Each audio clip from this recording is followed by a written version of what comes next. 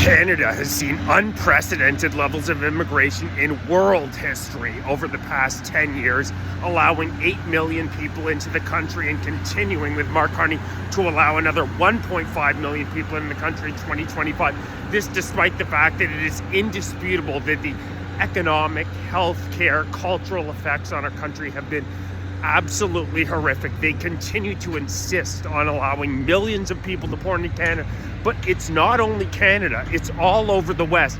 Now nearly 25% of Sweden's population is first-generation immigrant, and they have across the board seen, whether you're looking at their economy, whether you're looking at their healthcare, whether you're looking at the housing, it's gotten worse and worse and worse. We're seeing the same thing in the UK, the same thing in France, all across the Western world. European countries, North American countries are being force-fed immigrants, despite the fact that the vast majority of the population in Canada, 75% of the population says, no, we don't want more immigration. Yet they continue to insist. The politicians across the board are continuing to refuse to enforce their borders, refuse to enforce their country's sovereignty, and allow millions of people to pour in. And you start wondering yourself, why is it that all European and Western nations are being forced to allow in all these immigrants, but we're not seeing the same thing in China?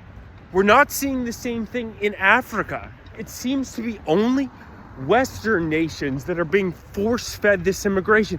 And it is not debatable, it is indisputable that across the board, no matter what metrics you want to look at, the cohesiveness of the society, the ability for the lower and middle classes to survive, to get health care, to feed their families, across the board, statistically, this mass immigration has been an absolute catastrophe. Violent crime rates in Canada are through the roof since 2015. So why, if we know definitively, and it's not as though this is a new thing, up until about 15 years ago, Liberals acknowledged that unvetted mass immigration was terrible for their society. Then, for whatever reason, they totally changed their tune and decided that it was an absolute necessity for the future of the country that we allow millions of people from cultures totally alien to our values into the country. But up until 15 years ago, you read prominent liberals, Barack Obama, talking about how they know that they're absolutely certain that mass immigration is a disaster for middle and lower classes. They suddenly changed their tune, and now Western countries across the board are allowing millions of people in, despite the fact, like I said, there is no disputing this, that for the middle and lower classes in that country, it is horrible. It is absolutely horrible. And these are the people that hypothetically our elected politicians are supposed to represent. Obviously, that's not the case. So when you think about it and you think to yourself, why is it only Western countries we're seeing this? Like I said, you're not seeing this in China. You're not seeing this in Africa. The reason, it's incredibly clear. It's the WF, Davos, these globalists are intentionally weakening the populations across the West. You look at it, statistic after statistic, something like 85% of immigrants vote Liberal because they're the ones who open the floodgates and say, come on in.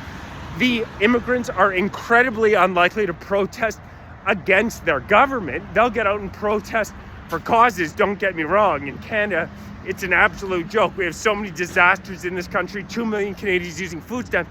For the past 2.5 years, you can't go outside your house without seeing somebody yelling about Palestine. I have no idea what that has to do with Canada, but they've allowed hundreds of thousands of Muslims to pour in from the Middle East, from theocratic societies where women are treated as cattle and aren't allowed to leave the house. They insist on allowing them to pour in because they are intentionally weakening our Western societies, because fundamentally what these WF Davos stooges want is they want weak, compliant populations so that when they do things like enforce digital IDs and central digital banking currencies, which I can assure you with 100% certainty are what's up next, the UK is already implementing digital IDs, and in Canada we are not going to be very far behind. That I can guarantee you. Starmer, Carney, they're cut from the same cloth. They want to be able to come in, do whatever they want with the citizenry. They're going to come in and say, oh, this is your carbon allotment for the year.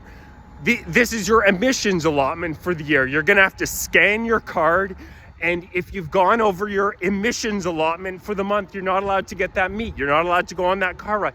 And they want compliant society, so that similar to COVID, when the government, the big tyrannical government, and that's what we have in Canada, tyrannical government comes in and lays down the law and says, this is what you have to do, the citizenry just shuts up and does it. That's why in Canada right now we're seeing Bill C-8, Bill C-9 passed that are making it illegal to criticize the government. If Bill C-9 passes in Canada and the government doesn't like what you're posting online, they can simply cut your internet service. It's truly shocking. Bill C-8 expands the definition of hate speech so that they're going to be able to lock you up for life for words that you say. In Canada, we don't punish criminals. Violent crime rates are up 100% in the past 10 years alone since that clown Justin Trudeau was elected.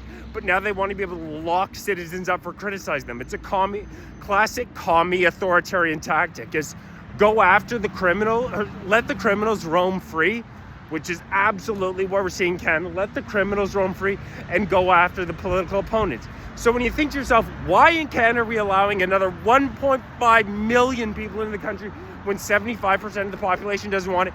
Anybody who's lived in Canada for the entirety of their life, it's undeniable that this country has become less cohesive, worse every available metric. The amount of crack smoking you now see in the streets is truly shocking.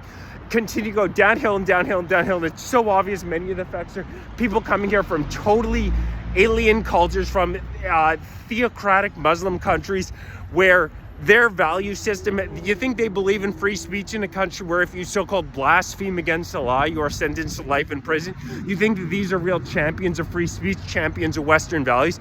Give me a goddamn break. Yet we continue to import hundreds of thousands of these people because they want to continue to make our civilization more compliant and more compliant and more compliant. So Plan 2030, look into it. The WF Davos, all the guys that Mark Carney, our newly installed Prime Minister, has spent his entire life in service of. Once, by Plan 2030, they're going to have digital IDs. We're going to have all of our allotments of how much meat we're allowed to use, how much we're allowed to move around, and they want compliant society. So stay strong, keep your freedom, never trade safety for freedom, never trade safety for freedom.